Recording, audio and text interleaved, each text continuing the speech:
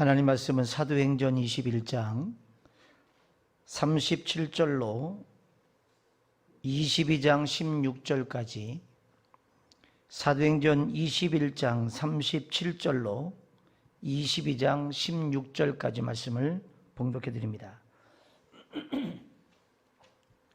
바울을 데리고 영내로 들어가려 할 때, 그때에 바울이 천부장에게 이르되 내가 당신에게 말할 수 있느냐? 이르되 내가 헬라 말을 아느냐?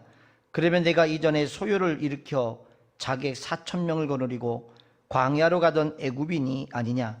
바울이 이르되 나는 유대인이라 소읍이 아닌 길리기아 다소시의 시민이니 청컨대 백성에게 말하기를 허락하라니.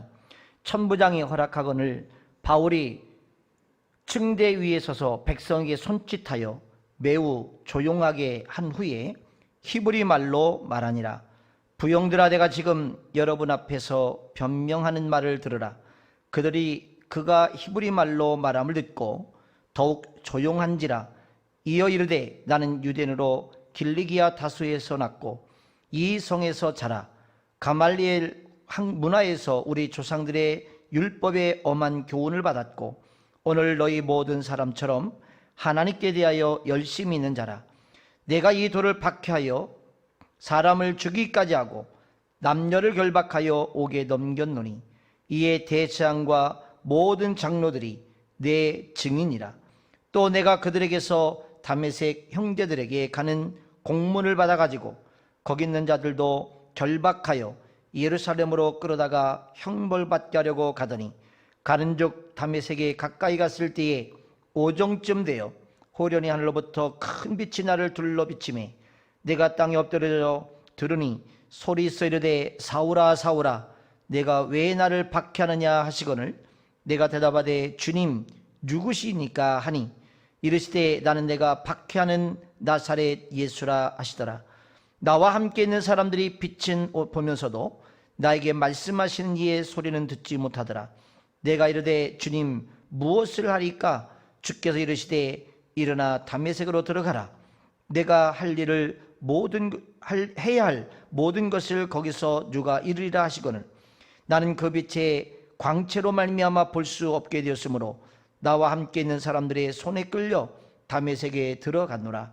율법에 따라 경건한 사람으로 거기 사는 모든 유대인들에게 칭찬을 듣는 아나니아라는 이가 내 곁에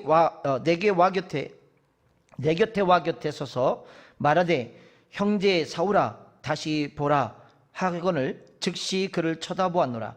그가 또 이르되 우리 조상들의 하나님이 너를 택하여 너로 하여금 자기 뜻을 알게 하시며 그 의인을 보게 하시고 그 입에서 나오는 음성을 듣게 하셨으니 내가 그를 위하여 모든 사람 앞에서 내가 보고 들은 것의 증인이 되리라.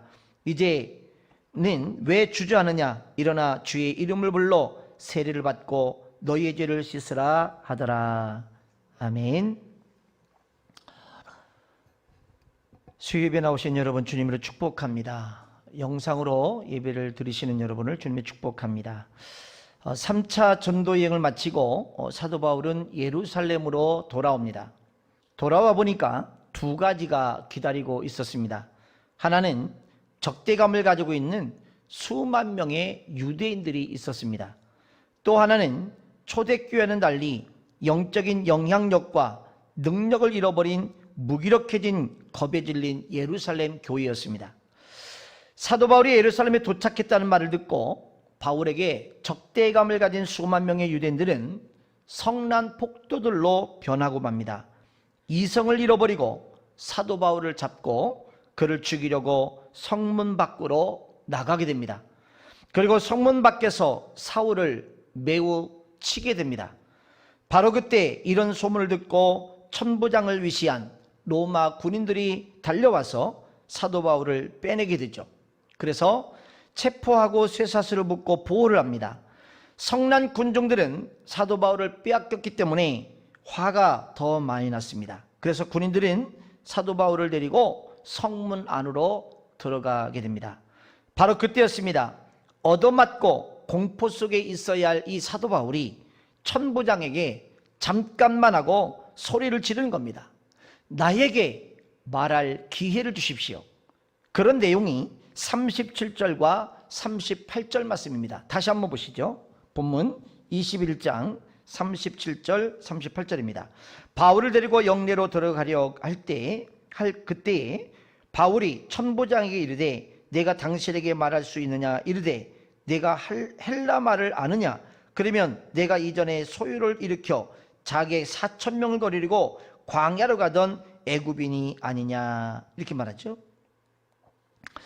지금 이 본문을 통해서 우리가 보는 것은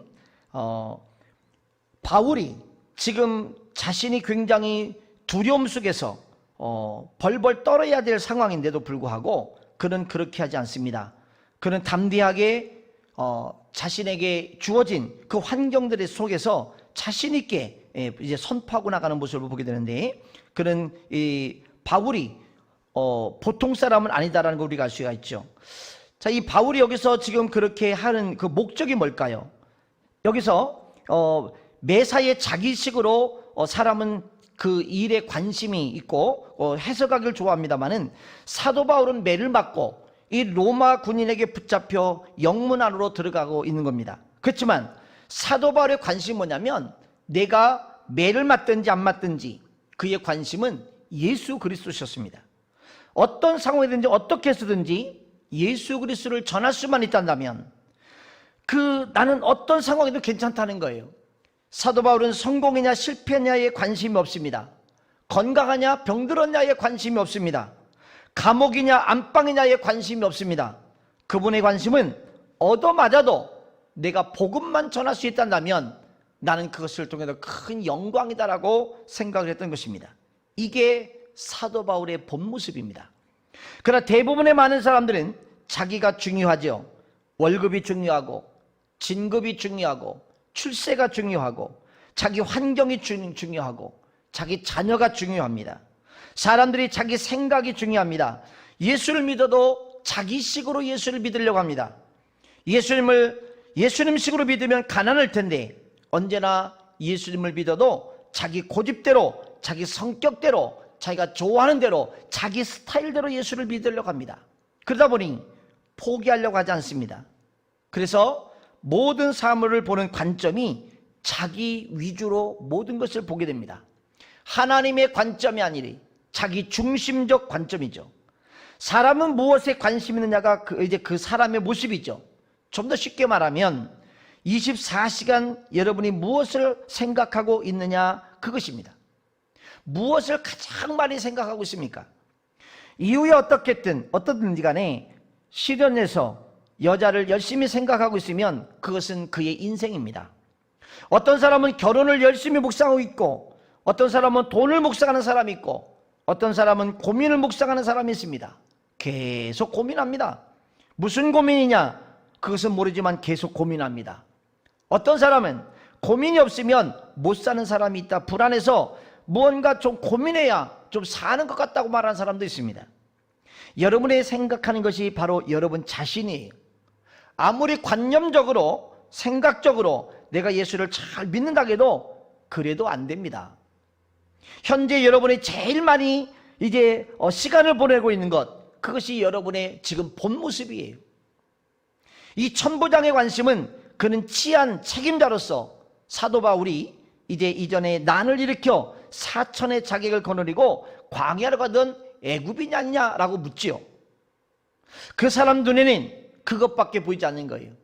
어떻게 하면 이 치안을 무너뜨리는 사람들을 잡아들일 것이냐는 것이죠. 바울은 무슨 생각을 합니까? 죽으나 사나 예수님밖에 없습니다. 예수 복음 전하는 게 바울의 전체 인생입니다. 어떻게 하면 예수를 좀 더 전해볼까? 사람이 매를 맞으면 감정이 생겨야 되는데, 욕을 먹으면 감정이 나는데 그런 데 대한 감정이 없어요. 매를 맞아도, 욕을 먹어도, 내쫓김을 당해도, 돌로 맞아도 그의 관심은 내가 왜 맞고 있느냐, 나는 억울하다가 아니라 어떻게 하면 복음을 전할 수 있을까? 특별한 사람이죠. 그의 관심은 예수님을 전하는 거에는 아무것도 없어요. 이게 사도 바울이었습니다. 여러분 39절로 22장 1절을 한번 잠깐 볼게요. 오늘 본문 39절과 22장 39절로부터 22장 1절까지 바울이 이르되 나는 유대인이라 소읍이 아닌 길리기아 다소시의 시민이니 청컨대 백성에게 말하기를 허락하라니 천부장이 허락하거늘 바울이 충대 위에 서서 백성이 손짓하여 매우 조용히 한 후에 히브리 말로 말하니라. 부형들아, 내가 지금 여러분 앞에서 변명하는 말을 들으라. 자기는 유대인이라고 자기 신분을 분명하게 밝힙니다. 나는 길리기아 다소 시민이라고 말합니다. 이것은 시골 사람이 아닌 도시 사람입니다. 나에게 말하는 것을 허락해라. 천부장이 허락을 합니다. 사도 바울은 바로 허락을 받자마자 그의 얼굴이 상상이 됩니다. 순간에 얼굴이 반짝이고 입가에는 미소가 띄고 그리고 층계로 올라간 것이죠. 그래서 사람들 향해서 손짓을 합니다. 조용히 시켰습니다. 사도 바울은 이방인을 위한 사도로 부름받았던 사람이에요. 유대인이지만 너는 이방인을 위하여 살아라. 이방인을 위해서 복음을 전해라.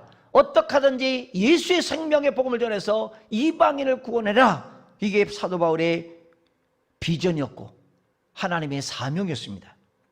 그래서 이 사도 바울의 마음속에는 그 이방인의 사도로서의 평생의 삶을 남은 생애를 살아가지만 한쪽에는 동족에 대한 마음이 굉장히 뜨거웠습니다. 그래서 그는 어떻게든지 시간만 나면 기회만 있으면 자기 동족에게도 복음을 증거하고 싶었던 것입니다. 그래서 사도 바울이 전도여행 가는 곳마다 유대인 회관을 먼저 찾아갔습니다. 유대인들에게 복음을 전하는 것을 계속하는 것을 볼 수가 있습니다. 지금 이 성난 유대인들이 자기를 묶으려고 때리려고 구타를 하고, 그렇지만 사도 바울은요, 그들이 얼마나 나를 때렸냐에 관심 있는 게 아니에요. 내가 지금 헤어지기 전에 이 유대인들과 다시 만날 수 없는 상황이 일어날 텐데 이들에게 어떻게 하면 내가 예수님의 이야기를 전할까? 이게 바울이에요. 우리는 여기서 사도 바울의 간절한 심정을 엿볼 수 있습니다. 어떤 사람은 일을 합니다. 연민의 정도 간절한 심정도 없이 그냥 일하는 사람이 있습니다.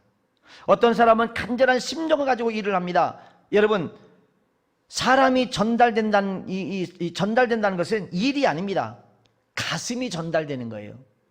가슴이 뜨거우면 그 가슴이 사람에게 전달되는 거예요. 일 가지고는 그렇게 많이 전달되지 않습니다. 그거는 금방금방 잊어먹어요. 그리고 생명력이 없어요. 감정이, 그 사람의 심정이 전달되는 것입니다. 가슴이 전달되는 것입니다. 여기 사도 바울이 오직 그에게 남아있는 것은 뭐냐면 예수님밖에 없어요. 자기 동족인 유대인들에게도 어떻게 하든지 예수의 복음을 전하고 싶은 것입니다. 예수를 위해 일할 수 있다면 감옥에 가서 매를 맞아도 괜찮고, 예수를 위한다면 죽어도 좋고 굶어도 좋고 헐벗어도 좋고 사람들에게 욕을 먹어도 좋다는 것이죠. 그런 거는 별거 아니라는 거예요. 여러분 어떻습니까? 여러분이 중요합니까? 예수님이 중요합니까? 여러분을 위해서 예수님이 필요한 것이죠. 예수님을 위해서 여러분이 필요한 것입니까? 우리의 신앙의 딜레마가 여기에 있습니다. 예수님을 안 믿는 것이 아닙니다. 교회에 안 나오는 게 아닙니다. 교회에 나오면서도 항상 내 상황, 내 환경, 그것이 중요하고 그게 문제가 되는 것입니다. 그런 사람을 조용히 하고 난 다음에 익숙한 히브리 방언으로 말을 하기 시작합니다. 사람들은 그 순간 찬물을 끼얹듯이 아주 조용해졌습니다. 왜냐하면 자기들에게 익숙한 히브리 말로 이야기를 하니까 깜짝 놀란 거예요. 헬라어도 아니라 히브리어 말로 하니까. 말을 시작하면서 사도 바울은 이렇게 말합니다. 나의 변명을 들어주십시오. 사도 바울을 보면 자존심이 없는 사람 같습니다. 예수가 자존심이라 그럴까? 그분만 전할 수만 있다면 무슨 일을 당해도 괜찮다는 거예요. 사람들이 비웃든 사람들이 조롱하든 나를 향해 욕하든 어떤 짓을 하든 괜찮다는 거예요. 이게 진짜 사도 바울이에요. 여러분 2절 3절 보시죠. 22장 2절 3절. 그들이 그가 히브리 말로 말함을 듣고 더욱 조용한지라 이에 이르되 나는 유대인으로 길리기아 다소에서 났고 이 성에서 자라 가말리엘 문화에서 그 우리 조상들의 율법의 엄한 교훈을 받았고 오늘 너희 모든 사람처럼 하나님께 대하여 열심히 있는 자라. 그가 말하기 시작합니다. 어떤 분에게 간증을 31분 안에 해보시죠.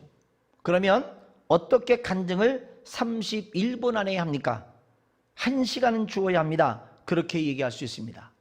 사도 바울을 보십시오. 3분도 안 걸립니다. 자기의 이야기를 정확하게 요약해서 정확한 메시지를 줍니다. 예수를 만나서 자기 인생이 정리된 사람은 자기 이야기가 확실하게 정확하게 짧게 전할 수 있어요. 사도 바울은요, 자기가 예수를 믿기 전의 삶은 이렇게 됐다라고 요약해요. 첫 번째, 자기의 출생에 대해서 요약을 해서 얘기합니다. 나는 길리기아 다소 출신이다. 다음에 자기의 학문이 배경에 대해서 이야기를 합니다. 자기는 가말리엘 문화에서 이 조상들의 율법을 엄하게 교육을 받았다라고 이야기를 합니다. 가말리엘의 문화는 이 양대의 산맥을 이루는 학파였습니다. 율법의 대성을 가말리엘 문화에서 율법을 공부한 것이죠. 오늘 식으로 말하자면 그는 학자의 학자, 대단한 학자입니다. 율법을 연구하는 일종의 지성인 그룹에 속하는 사람입니다. 자기를 그렇게 설명하는 것이죠. 그러나 더 중요한 것이 이것입니다. 예수 믿기 전에 자식이 모습을 설명할 때 자신이 엄격한 율법 아래서 훈련을 받았을 뿐만 아니라 실제로 그 율법대로 실천하며 살아왔다, 그렇게 이야기해요. 과거의 나의 삶은 철저한 율법주의자라는 거죠. 지금 너희들이 나를 핍박하고 있다, 너희들 나를 죽이려고 하고 있다, 그것을 나는 옛날에 너희들처럼 똑같이 했다라고 얘기를 해요. 너희들의 모습이 나의 모습이다라고 얘기를 합니다. 아니, 그것과 비교 없이 더 철저하게 율법을 실천한 사람이 바로 나였다라고 얘기합니다. 그런 이야기가 4절 5절에 나옵니다. 한번 보시죠. 4절 5절. 내가 이 돌을 박해하여 사람을 죽이기까지 하고 남녀를 결박하여 옥에 넘겼노니 이에 대지상과 모든 장로들이 내 증인이라. 또 내가 그들에게서 다메섹 형제들에게 가는 공문을 받아가지고 거기 있는 자들로 결박하여 예루살렘으로 끌어다가 형벌을 받게 하려고 가더니 너희들은 나를 핍박하고 죽이고 흥분하고 있지만 나는 그 정도가 아니었다. 너희보다 훨씬 더 능가했다. 예수 믿는 사람을 죽인 일도 있다. 그렇게 자신 있게 얘기를 해요. 남녀를 결박하여 옥에 집어넣기도 하고 이런 사실은 대장과 장로들이 다 알고 있어. 그래서 나는 소문난 사람이야, 이렇게 얘기를 하는 거죠. 지금 나는 다메섹에 예수 믿는 사람을 잡아가려고 공문을 가지고 이곳에 있는 자들을 결박하려고 했던 실천적인 행동을 하는 지성인이었다는 겁니다. 바울에게 하나의 특색이 있었습니다. 예수 믿기 전에도 그가 옳다고 생각하는 일에 목숨을 건 사람이었습니다. 대부분의 지성인의 약점이 뭐냐면 생각하는 대로 행동하지 않는 거예요. 이론은 굉장히 빠삭합니다. 그런데 생각한 대로 행하지 않기 때문에 그 이론이 무색해지는 것이죠. 사람들이 당신이 이렇게 이 이론을 얘기해 놓고 당신의 삶은 왜 이렇게 살아? 그래서 비방을 합니다. 여러분, 생각이 너무 큰 것입니다. 고난이 오면 쉽게 휘어져 버립니다. 손해 걸면 슬그머니 빠져버립니다. 끼어들려고 하지 않습니다. 언제나 자기 학문의 세계에 들어가서 안주하려고 합니다. 자기 학문을 실제로 실천하려고 하면 고통스럽기 때문이죠. 그것이 어떤 종류의 학문이든지 간에 다 마찬가지입니다. 사도 바울은요, 율법대로 살려는 행동주의적인 지성인의 모습이었어요. 자가 철저하게 율법에 지배 아래 있었지만 그 율법에 그냥 얽매여 있는 게 아니라 그렇게 행동하는 사람이었어요. 그런데 하나님이 이런 사람을 좋아한다는 겁니다. 이런 사람을 쓴다는 겁니다. 아무리 많이 알아도 행동하지 않는 사람은 하나님 나라에 유익하지 못해요. 여러분, 하나님 말씀을 많이 알고 있습니까? 그러면 그 말씀대로 살아내셔야 됩니다. 이런 사람이 있다. 그 이름도 유명하고 가지고 있는 것도 많고 부유하고 지식이 많은데 평생 하는 일은 교회에 왔다 갔다 하는 것이다. 평생 살아가면서 누구에게 복음을 전해서 한 사람도 구원하지 못했다? 생각해 볼 일 아니겠습니까? 주일날이면 왔다 갔다 하는 것을 죽을 때까지 할 수 있죠. 죽을 때까지. 그 이상 아무것도 없습니다. 많은 사람이 그 사람에게 무슨 일이 일어날까 기대합니다. 아무 일도 안 일어납니다. 왜? 행동하지 않기 때문에. 고난 속에 뛰어들지 않기 때문에 그렇습니다. 자기가 믿는 대로 행동하지 않기 때문에 그렇습니다. 이러한 사도 바울의 성격을 하나님이 사용하셔서요, 그를 변화시키고 그 성격 그대로 사용하시지 않습니까? 사도 바울이 예수 믿기 전의 모습이었습니다. 그는 다소 출신으로서 가말리엘 문화에서 교육을 받았고 율법의 엄한 교육을 받았을 뿐만 아니라 그는 율법의 명한대로 행동하는 행동파였어요. 그래서 그가 율법의 명한대로 하나님을 위해서, 그가 예수 믿는 사람을 잡으러 간 것은 하나님의 영광을 위해서였지, 자기의 어떤 욕망이나 아니면 자기 우월주의 때문에 그런 게 아니란 거예요. 그것이 옳은 줄 알았기 때문에, 그것이 믿음인 줄 알았기 때문에 그렇게 행동한 사람이었습니다. 잘못된 지식 때문에 그렇게 된 것이었죠. 그러면 이러한 바울이 어떻게 예수님을 만나게 되었습니까? 자, 6절에서 8절로 정확하게 그런 이야기합니다. 한번 보시죠. 가는 중 다메섹에 가까이 갔을 때 오정쯤 되어 호련히 하늘로부터 큰 빛이 나를 둘러 비치매 내가 땅에 엎드려져 들으니 소리 있어 이르되 사울아 사울아 내가 왜 나를 박해하느냐 하시거늘 내가 대답하되 주님 누구시오니까 하니 이르되 나는 내가 박해하는 나사렛 예수라 하시더라. 다메섹을 가다가 갑자기 빛을 만났어요. 이 빛이 일반적인 보통 햇빛이 아니었고 그거보다 훨씬 더 강한 빛을 만난 겁니다. 빛을 만난 순간 그는 거꾸러졌습니다. 거꾸러지는 그 순간 그는 주님의 음성을 듣습니다. 그는 그 음성은 놀랍게도 핍박하러 가는, 이제 잡으려 가는 그를 믿는 분이었습니다. 사울아 사울아 내가 왜 나를 핍박하느냐, 이 소리를 들은 거예요. 여러분, 바울이 왜 그렇게 얼마나 놀랐습니까? 빛을 본 것은 놀라운 일이고 음성을 들은 것은 더 놀라운 일이었습니다. 생각할 틈이 없었습니다. 지금 바울이 음성을 듣고 있는데 주변에 있는 사람은 그 음성을 못 들어요. 바울만 유력하게 듣고 있어요. 바울이 너무 놀라서 주여 당신이 누구십니까? 나는 여러분도 이 질문을 할 수 있기를 바랍니다. 2000년 전에 십자가에 못 박혀 죽으신 그분이라면, 무덤에 갇혀있는 분이라면 문제가 간단합니다. 그러나 그분이 살아서 지금도 역사하는 분이라면 우린 질문해야 됩니다.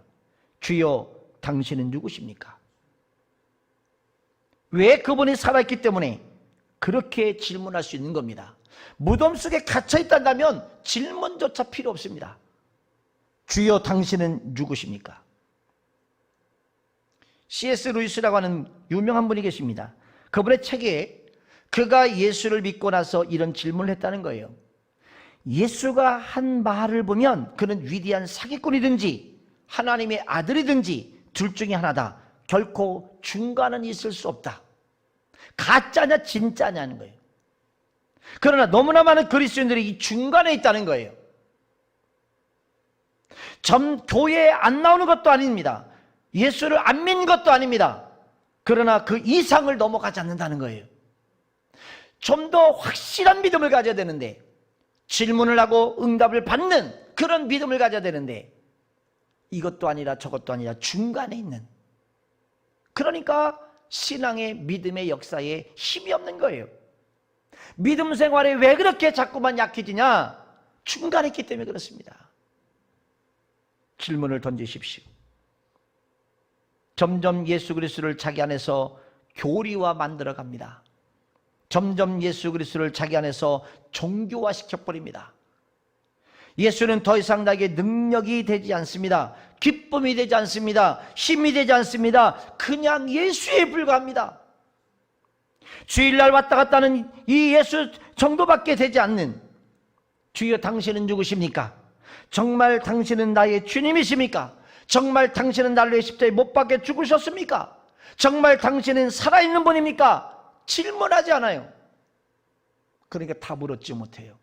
확신이 없어요. 믿음이 흔들려요. 어려움이 오면 쉽게 절망해요. 주님께서 이런 대답을 하십니다. 나는 내가 핍박하는 예수다. 정확하게 말씀하십니다. 주님이 여러분에게 어떻게 대답하는지 아십니까? 주여 당신은 누구십니까? 나는 내가 무시하는 예수야. 너 나 무시하고 있지? 너 정말 나를 믿니? 나는 내가 무관심한 예수다. 믿든지 안 믿든지 모르는 그런 예수다.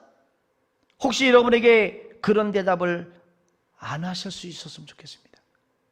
도대체 당신에게 무슨 의미가 있습니까? 여러분의 삶에 무슨 의미가 있습니까?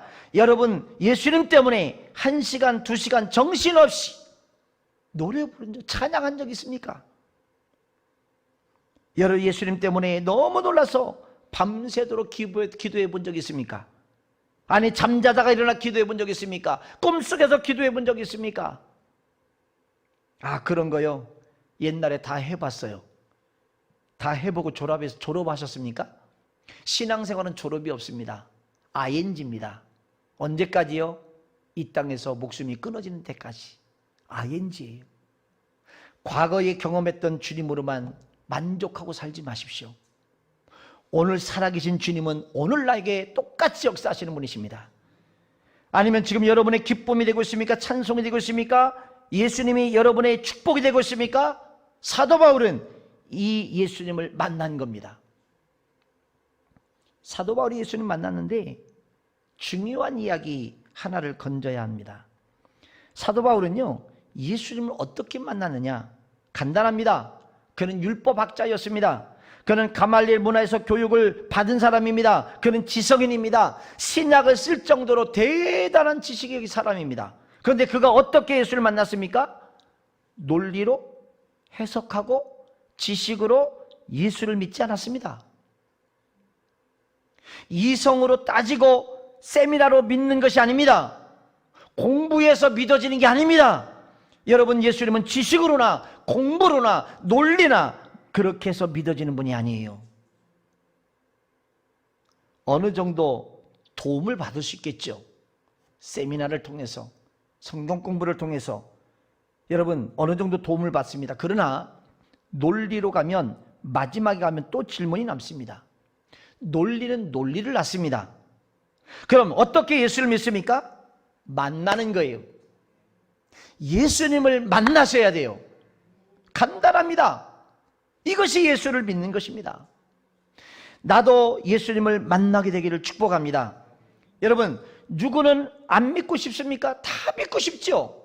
그러니까 교회 나오는 거 아니에요? 그런데 만나지 못하다 보니까 중간지대에 있는 거예요. 믿는 것도 아니고 안 믿는 것도 아니고 어설프게 예수를 믿고 있는 것입니다.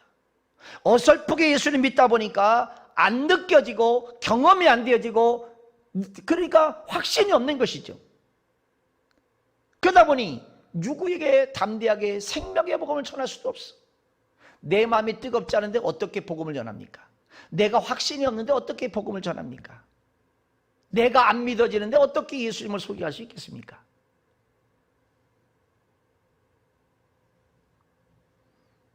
그렇게 예수님을 믿어서는 안 됩니다. 예수님을 만나고 싶은 절박함이 있으셔야 됩니다. 정말 여러분이 절박했다면 만나셨을 것입니다. 그 주님은 만나 주십니다. 할렐루야.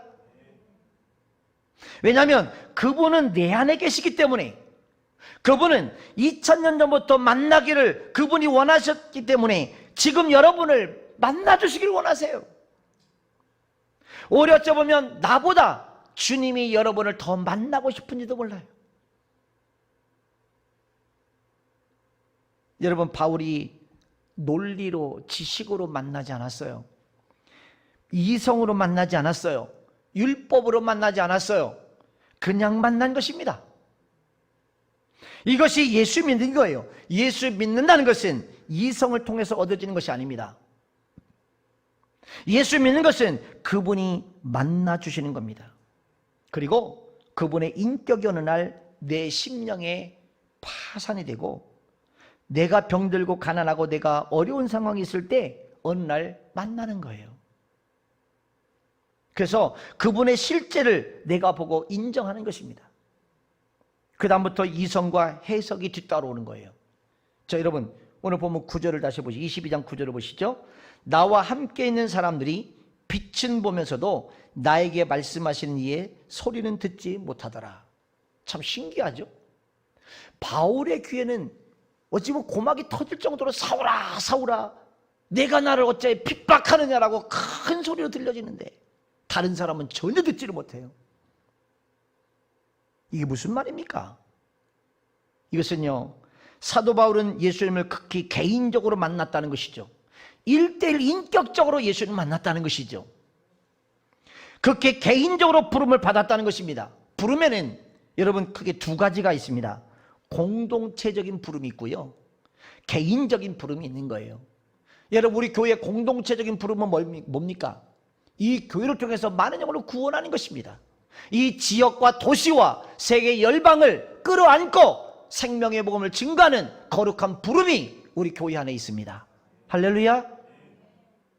개인적인 부름이 뭘까요? 여러분 하나님은 어떤 경우는요, 이 거룩한 공동체를 통해서 위대한 역사를 이루시면서 거기에 또 개인적인 부름이 있을 수 있는 거예요. 그러나 어떤 경우에는 시내산에서 모세에게 개인적으로 만나주시고, 모세야 모세야 내 발에서 신을 벗어라, 너는 가서 내 백성을 구원해라.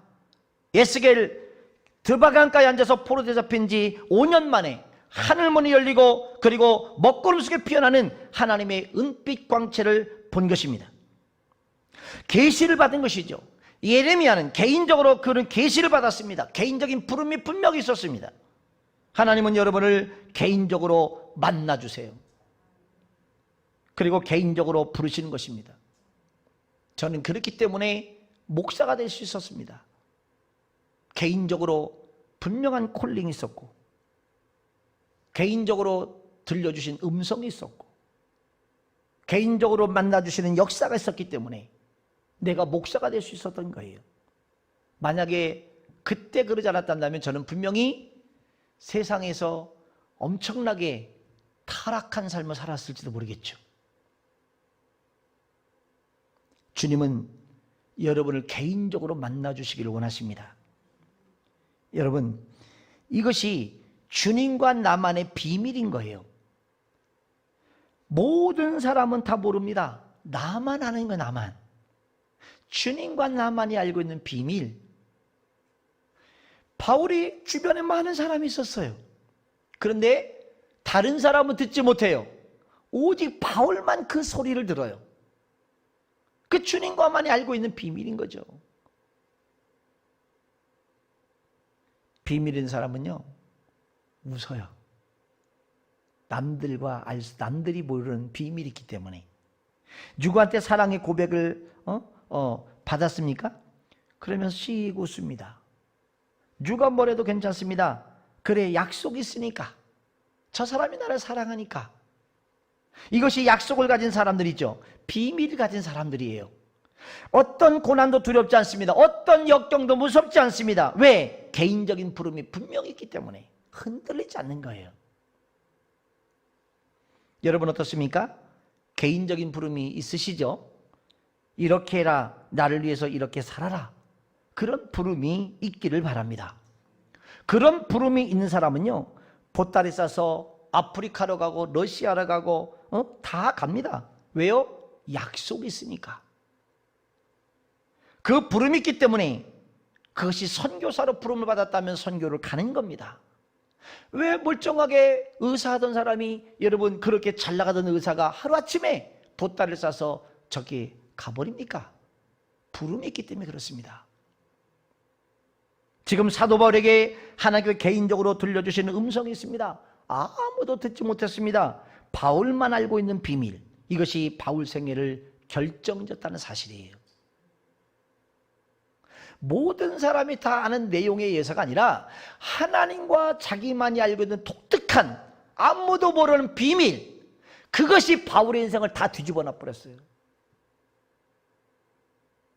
오죽하면 결혼도 하지 않냐고 자신의 생애를 다 불려서 살려서 내가 살아도 주를 위하여 죽어도 주를 위하여 그렇게 복음 전하는데 모든 열정을 다 쏟습니까? 나의 달려갈 길을 마치고 이제 믿음을 지켰고 이제 이후로 나에게서 상급을 주실 것이다 라는 확신에 차 있어요. 이게 비밀을 가진 자의 삶이에요.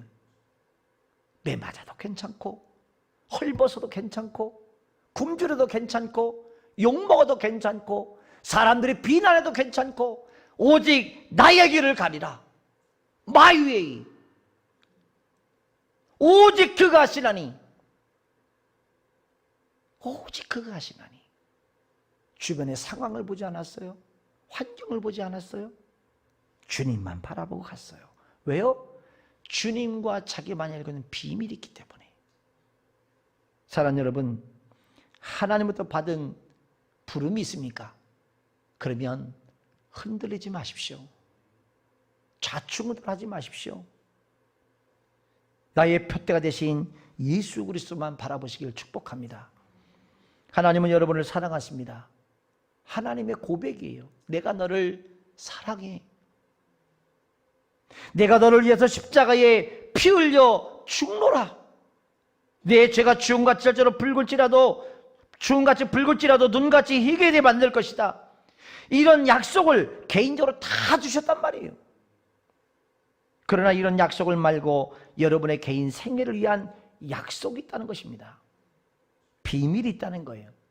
이거를 가리켜서 우리는 부름이라고 얘기하는 겁니다. 소명이라고 하는 것입니다. 너는 누구를 위하여 살아라. 너는 어디를 가서 살아라. 이런 말을 들을 수도 있는 겁니다. 갈대아 우르를 떠나라. 이런 말씀을 하실 수가 있는 겁니다. 자, 10절 말씀 보실까요? 10절 같이 읽겠습니다. 시작. 내가 이르되 주님 무엇을 하리까? 주께서 이르시되 일어나 다메섹으로 들어가라. 내가 해야 할 모든 것을 거기서 누가 이르리라 하시거늘. 여기서 보면 신기하지 않습니까? 아니 지금 주님과 대화하고 있는데 주님께 물었는데 주님이 그저 다 들려주실 수 있는데 주님이 그렇게 말씀하지 않으세요? 네가 다메섹으로 들어가 봐. 그러면 어떤 사람을 만날 것인데 그 사람이 내가 앞으로 해야 할 일을 다 얘기해 줄 거야. 그래서 여러분, 그래서 복음 전하는 자가 필요하고 목회자가 필요하고 선교사가 필요하고 가르치는 자가 필요하고 예언하는 자가 필요한 거예요. 주여 무엇을 하리까? 굉장히 중요한 질문입니다. 사람이 무엇을 위해 살아가느냐가 참 가치 있고 중요한 일이잖아요. 부름을 받았습니다. 논리가 아닙니다. 이론이 아닙니다. 이성이 아닙니다. 지식이 아닙니다. 그냥 만난 겁니다. 내가 예수 믿는 것이 아닙니다. 그분이 찾아온 것입니다. 자, 여러분이 노력해서 예수 믿는 게 아니죠. 이미 주님이 여러분을 사랑하셨습니다. 누가 그러더라고요. 모세를 신에서 부른 것이 아니고 갈대 우르에서 불렀다고. 부름은 그때부터 시작됐다는 것이죠. 그러므로 우리가 알지 못한 데서부터 하나님 우리를 부르셨고 우리를 사랑하셨고 우리를 인도하신 것입니다. 그래서 내가 논리와 이론으로 주님을 만난 것이 아니라는 거예요. 만나지는 것입니다. 그 부름을 받으면 당장 나오는 말이 주여 그러면 나는 무엇을 해야 합니까? 내가 주님을 위해서 무엇을 해야 됩니까? 이것이 사역이라는 거예요. 사역. 이것이 부름과 사역의 관계입니다. 정확한 주님의 부름이 있어야 묻게 되죠. 내가 무엇을 하며 살아야 될까요? 바로 이게 사역이거든요. 부름이 없이 어떤 사역을 할 수 있을까요? 못하는 겁니다. 여러분 왜 부르셨을까요? 심심해서 그냥 부르셨습니까? 아닙니다. 내가 누구를 불렀을 때 무엇을 물어보거나 무엇을 시키기 위해서 부른 거 아닙니까? 목적이 있는 것이죠. 그렇죠. 내가 불렀다는 것은 무엇을 시키기 위해서 불렀는데 그것이 무엇이냐는 겁니다. 미션이에요, 미션. 이것을 좀 해달라는 겁니다. 그러기 위해서 불렀다는 것이죠. 이게 부름과 사명의 관계입니다. 우리는 세상에 태어났다는 건 그 자체가 사명을 가지고 태어난 거예요. 사명. 우리는 사명적 존재입니다. 사명 없이 태어난 사람 아무도 없습니다. 무의미하게 살다가 죽어라 그렇게 태어난 것이 아닙니다. 분명한 사명을 가지고 이 세상에 태어난 것입니다. 여러분, 나는 너무나 나이가 많아서 이제 늦었네. 아닙니다. 아직도 기회가 있습니다. 하나님의 부르심에는 후회함이 없고요. 하나님은 아직도 우리의 남은 생애를 통해서 하나님이 이루고자 하는 뜻이 있습니다. 바울에게는 이것이 예수를 만나고 난 다음 질문이었어요. 주여, 내가 무엇을 하면 좋겠습니까? 대답이 재밌죠. 너는 이방인을 위해서 택한 나의 그릇이다.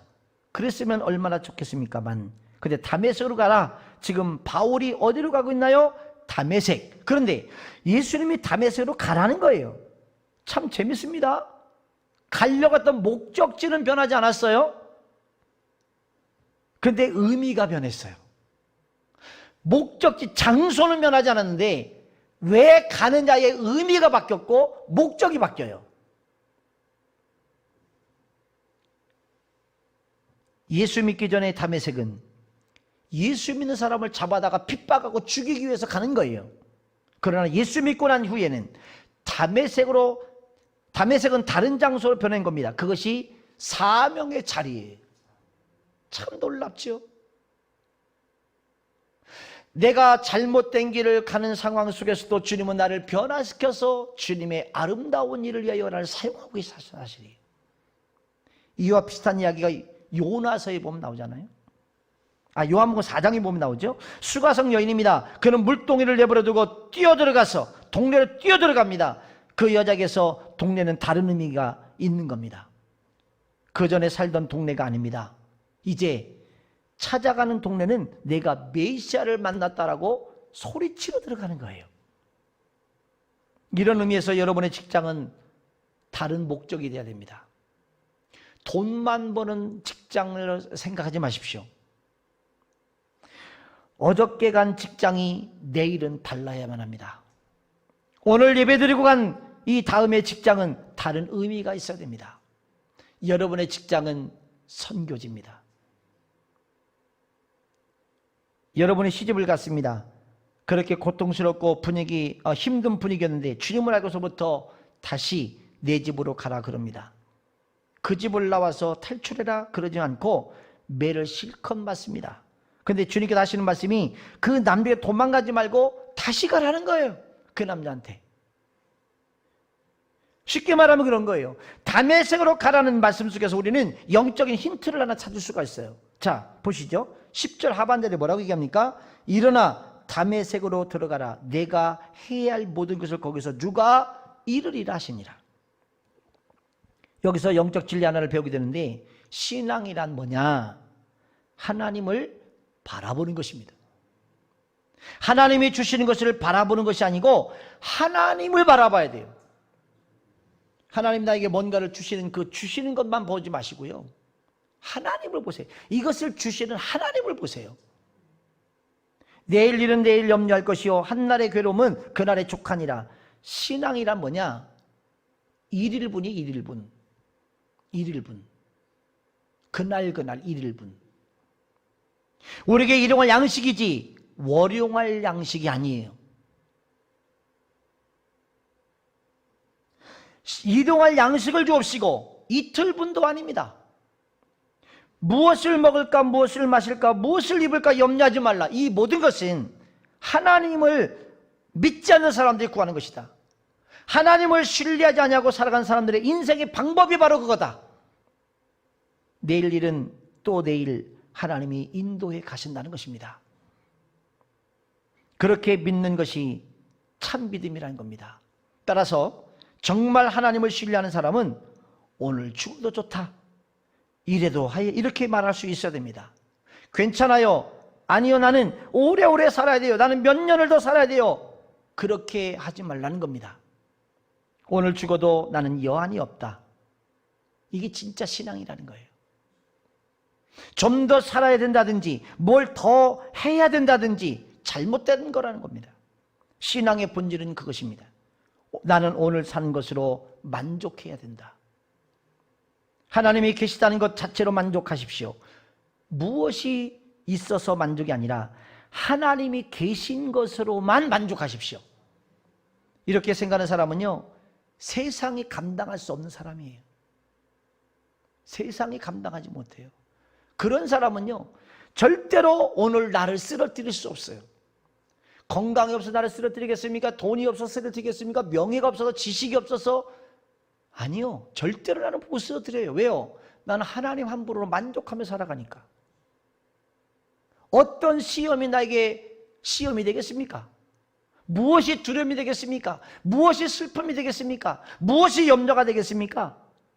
절대 그것을 나를 무너뜨리지 못합니다. 오늘 하루 살아가시면서도 하나님으로 만족하시기를 축복합니다. 아나니아라는 사람을 사도 바울이 어떻게 합니까? 그렇지만 사도 바울이 믿고 다메섹으로 가서 기다리고 있으니 아나니아라는 사람이 자기 발로 사울을 찾아와요. 바울을. 놀라운 것이죠. 생각해 보십시오. 여러분이 노력해서 얻은 것이 몇 개나 됩니까? 여러분이 노력해서 얻은 것은 다 시시한 것 아닙니까? 정말 소중한 것들은 하나님이 주신 것들이에요. 하나님 주신 것들. 내가 노력해서 얻은 것은 그렇게 쓸모있는 것들이 아니에요. 바람 불면 다 날아가고 불태워지면 없어질 것들이고 썩어질 것이고 다 쇠해질 것이고 하나님이 주신 것만이 가장 소중하게 남더라고요. 하나님은요, 기도하는 사람 아나니아를 준비해 놓으셨어요. 그리고 바울에게 보냅니다. 한 가지 더 보죠. 11절입니다. 나는 그 빛의 광채로 말미암아 볼 수 없게 되었으므로 나와 함께 있는 사람들의 손에 끌려 다메섹에 들어가노라. 사도 바울은 빛을 본 후에 빛의 광채 때문에 순식간에 시력을 잃어버렸어요. 그 빛이 얼마나 밝았든지. 물론 너무 강렬한 빛이 오면 안 보입니다. 예수님의 영광의 빛이, 거룩한 빛이 그에게 임했을 때 순식간에 시력을 잃어버렸습니다. 사도 바울은 예수 믿는 사람을 잡으려고 많은 부하를 거리고 가던 사람이옵니다. 갑자기 시력을 잃어버렸습니다. 따라서 그는 자기 부하의 손에 이끌려 다녀만 했습니다. 여러분이 그 사람의 심정을 이해할 수 있겠습니까? 눈 뜨고 살다가 어느 날 갑자기 시력이 보이지 않아서 캄캄한 사람의 심정을, 여러분, 이것이 바울이에요. 아무것도 안 보입니다. 무슨 일일까요? 굉장한 뜻이 있습니다. 순식간에 바울에게 세상에 대해서 눈을 감게 했어요. 우리 세상에 대해서 너무나 큰 눈을 뜨고 있습니다. 열심히 눈을 뜨고 있습니다. 아주 불을 켜며 보고 있습니다. 하나님은 그러한 여러분의 눈을 감게 만들 때가 있습니다. 자, 오늘 여러분 눈이 멀게 되었습니다. 낮인지 밤인지 모릅니다. 그러면 이 사람이 무슨 생각할까요? 나중에는요, 하나님밖에 생각할 것이 없어요. 그때 나에게 들려준 음성이 생각나겠죠. 그가 할 수 있는 것이 무엇일까요? 기도할 수밖에 없는 거겠죠. 모든 것이 제한이 됩니다. 세상에 대해서 눈을 감았다는 이야기는 하나님에 대해서 눈을 떴다는 이야기예요. 이게 상반됩니다. 항상 하나님에 대해서 눈을 뜨면 세상 것들에 눈이 감겨져요. 세상 것에 눈이 너무 밝아져 버리면 하나님에 대해서 눈이 어두워져요. 사도행전 9장에 보면 아나니아에게 환상이 나타납니다. 아나니아야, 너는 직가라는 곳에 가면 유다 사람의 집에 사울이라는 청년이 있을 것이다. 내가 가서 그 사람에게 안수해라. 그때 사울이라는 청년이 기도하고 있다 이렇게 말씀입니다. 사울은 기도하고 있었습니다. 세상에 대해서, 사물에 대해서 시력을 잃어버린 순간에 그는 하나님 앞에 대해서 눈을 뜨게 된 것이죠. 부도난 것을 그렇게 슬프게 생각하지 마십시오. 사업이 안 되고 몸에 병든 것, 어찌 보면 나쁜 것 아닙니다. 죄송하지만 여러분의 욕심과 세상의 눈을 감는 것을 의미합니다. 내가 할 수 없다는 것을 깨달았을 때, 무능한 것을 깨달았을 때, 내 발로 걸어갈 수 없고 누구의 손에 의해서 걸어갈 수밖에 없게 됐을 때, 그때 그 사람이 진짜 하나님을 찾아요. 진짜 하나님을. 내가 힘으로, 내 어떤 의지로 뭔가 하려고 할 때는요, 하나님 가만히 계실 때가 많아요. 너 한번 해봐. 내가 할 수 없다고 완전히 내려놓고 주님 나를 도와주세요. 하나님밖엔 답이 없습니다 할 때 그때 주님이 일하기 시작하십니다. 이게 진짜 주님을 만나는 거예요. 정지하면 사물을 보게 됩니다. 움직이면 사물을 못 봅니다. 그런데 우리에게 이런 안식이 필요한 거죠. 정지가 필요할 때가 있어요. 정지. 좀 잠시 정지해서 하나님을 예의주시할 필요가 있다는 거죠. 세상에서 잠깐 눈을 감는 것이 필요합니다. 그래야만 하나님의 눈을 뜨게 되고 내 삶의 현주소를 발견하게 되고 내가 어디서부터 어디로 가고 있는지, 내가 지금 잘하고 있는지, 내 삶이 이렇게 가도 괜찮은지를 파악하게 되는 것입니다. 자, 마지막 12절로 16절에 보면 제가 읽지 않겠습니다. 여러분 여기 간증의 이야기가 쫙 나와요. 이렇게 해서 내가 하나님을 만났고 내가 다시 보게 되었고 내가 이렇게 해서 내가 사명자가 됐다, 이런 게 쫙 납니다. 여러분 바울의 간증을 들어보십시오. 사도 바울의 간증이 여러분의 간증이 되기를 주님이 축복합니다. 기도하겠습니다. 하나님 감사합니다. 오늘 저희들에게 깨달음을 주시옵소서. 말씀을 들은 것으로 만족하지 않게 하시고 말씀을 들은 것을 깨달아 진리 안에 거하게 해주시고 생명 안에 거하게 도와주시고 결단하게 도와주시고 다시 한번 나를 돌아보는 시간이 되게 하여 주옵시고 하나님 앞에서의 서 있는 내 모습이 잘 됐는지 옳지 않은 모습인지 이것이 정확한 것인지 부정확한 것인지를 알게 하시는 은혜가 있게 하여 주시옵소서. 그래서 오늘 이 밤을 통하여 다시 한번 내가 사명적 존재를 깨닫고 잃어버린 것을 회복하며 하나님의 남은 생애를 위해서 살아갈 수 있는 저를 되도록 축복하여 주시옵소서. 예수님의 이름으로 기도하옵나이다. 아멘.